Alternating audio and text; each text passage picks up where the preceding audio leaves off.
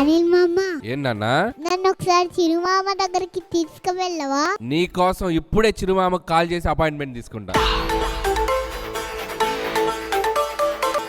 Mega appointment fixed. నువ్వు ఎలా ఉన్నావు తెలుసా, చూస్తుంటే పికాక్ లా ఉన్నావు.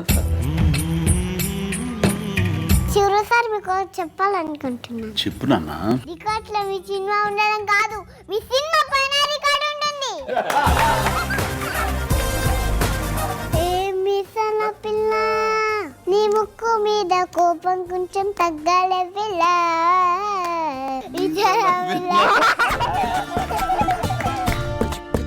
హలో బాగా చలిగా పటి కప్పండు.